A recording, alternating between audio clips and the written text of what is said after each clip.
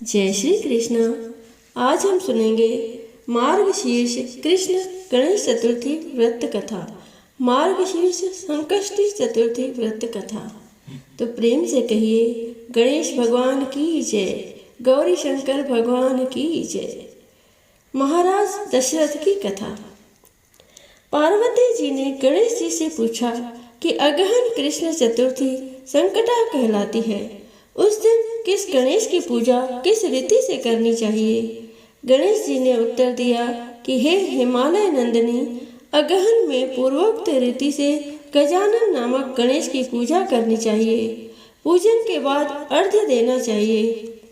दिन भर व्रत रहकर पूजन के बाद ब्राह्मण को भोजन कराकर जौ, तिल, चावल, चीनी और घृत का शाकला बनाकर हवन करावे तो वह अपने शत्रु को वशीभूत कर सकता है।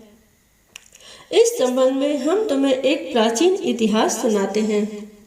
प्राचीन काल में त्रेता युग में दशरथ नामक एक प्रतापी राजा हो चुके हैं। वे राजा आखेट प्रिय थे।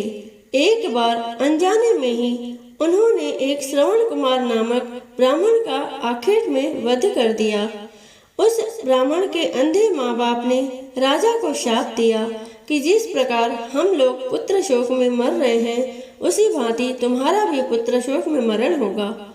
इससे राजा को बहुत चिंता हुई। उन्होंने पुत्रेष्टि यज्ञ करवाया। फलस्वरूप जगदीश्वर राम ने चतुर्भुज रूप से अवतार लिया। भगवती लक्ष्मी जानकी के रूप में अवतरित हुई। पिता की आज्ञा पाकर भगवान राम ने सीता और लक्ष्मण के साथ वन में खर दूषणादि राक्षसों का वध किया। इससे क्रोधित होकर लोगों को रुलाने वाले रावण ने सीता जी का अपहरण कर लिया। सीता जी के वियोग में भगवान रामचंद्र जी ने पंचवटी का त्याग कर दिया और ऋष्यमुख पर्वत पर पहुंचकर सुग्रीव के साथ मैत्री की। तत्पश्चात सीता जी की खोज में हनुमान आदि वानर तत्पर हुए। ढूंढते ढूंढते वानरों ने गिद्धराज संपाति को देखा। इन वानरों को देखकर संपाति ने पूछा कि तुम लोग कौन हो? इस वन में कैसे आए हो? तुम्हें किसने भेजा है? यहाँ पर तुम्हारा आना किस प्रकार हुआ है? संपाति की बात सुनकर वानरों ने उत्तर दिया कि भगवान विष्णु के अवतार दशरथ नंदन राम जी सीता और लक्ष्मण जी के साथ दंडक वन में आए हैं। वहाँ पर उनकी पत्नी सीता जी का अपहरण कर लिया गया है। हे मित्र, इस बात को हम लोग नहीं जानते हैं कि सीता कहाँ है। उनकी बात सुनकर संपाति ने कहा कि तुम सब रामचंद्र के सेवक होने के नाते हमारे मित्र हो। जानकी जी का जिसने हरण किया है और वह जिस स्थान पर है वह मुझे मालूम है। सीता जी के लिए मेरा छोटा भाई जटायु अपने प्राण गंवा चुका है। श्री रामचंद्र जी के चरण कमल का स्मरण कर हमारे भाई ने अपना शरीर त्यागा है। यहाँ से थोड़ी ही दूर पर समुद्र है और समुद्र के उस पार राक्षस नगरी है। वहाँ शीशम के पेड़ के नीचे सीता जी बैठी हुई है। आप लोग देखिए, रावण द्वारा अपहत सीता जी अभी भी मुझे दिखाई दे रही है। मैं आपसे सत्य कह रहा हूँ कि सभी वानरों में हनुमान जी अत्यंत पराक्रमशाली हैं, अतः उन्हें वहाँ जाना चाहिए।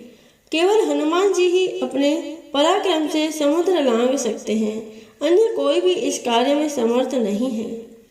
संपाति की बात सुनकर हनुमान जी ने पूछा कि हे संपाति, दुस्तर समुद्र को मैं किस प्रकार पार कर सकता हूँ? हमारे सब वानर उस पार जाने में असमर्थ हैं, तो मैं ही अकेला कैसे पार जा सकता हूँ?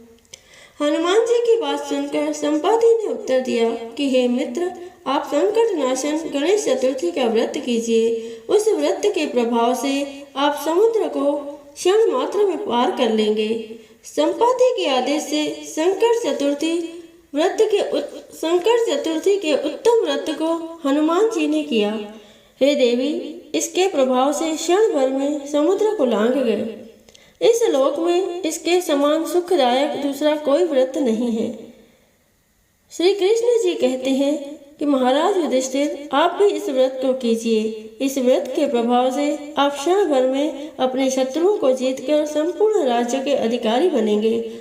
भगवान कृष्ण का वचन सुनकर युधिष्ठिर ने गणेश चतुर्थी का व्रत किया। इस व्रत के प्रभाव से वे अपने शत्रुओं को जीतकर राज्य के अधिकारी बन गए। बोलो श्री गणेश भगवान की जय। बोलो गजानन महाराज की जय।